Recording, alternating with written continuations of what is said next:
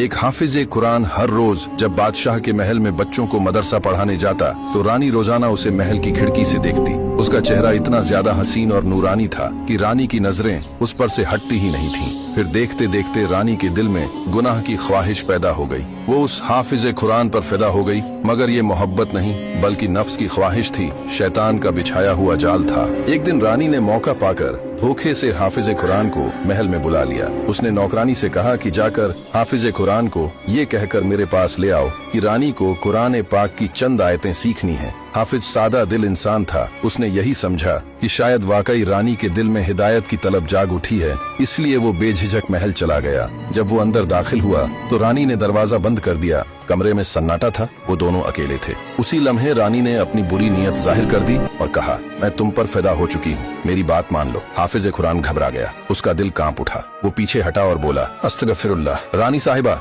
ये बहुत बड़ा गुनाह है, अल्लाह से डरिए। रानी के लहजे में सख्ती आ गई। वो बोली, अगर तुमने मेरी बात न मानी तो मैं चीख पुकार मचा दूंगी और तुम पर इल्जाम लगा दूंगी कि तुमने मुझ पर ज्यादती की है। कौन मेरी बात पर यकीन नहीं करेगा? मैं रानी हूँ और तुम एक मामूली हाफिज। या तो मेरी बात मान लो या मौत के लिए तैयार हो जाओ। हाफिज कुरान के माथे पर पसीना आ गया। एक तरफ गुनाह था, दूसरी तरफ झूठे इल्जाम के साथ मौत का खौफ। वो समझ गया कि उसके लिए ये बहुत बड़ी आजमाइश है, लेकिन उसके दिल में अल्लाह का खौफ हर खौफ से बड़ा था। फिर उसे एक तरकीब सूझी। उसने कहा, रानी साहिबा, मुझे सिर्फ 1 मिनट की मोहलत दे दीजिए, मैं गौस्ल खाने से होकर आऊं, फिर आप जैसा कहेंगी मैं करने को तैयार हूँ। रानी मुस्कुराई। उसे गुमान हुआ कि शायद वो मान गया है। कहने लगी, ठीक है जाओ। हाफिज फौरन गस्ल खाने की तरफ भागा। अंदर घुसकर उसने दरवाजा बंद कर दिया और फिर एक ऐसा कदम उठाया जो तारीख में मिसाल बन गया। उसने अपने जिस्म पर गंदगी मल ली, चेहरे पर, हाथों पर, कपड़ों पर, हर तरफ, यहाँ तक कि उसकी सूरत ही बदल गई और शदीद बदबू फैल गई। रानी बाहर मुंतजिर थी। जब हाफिज बाहर निकला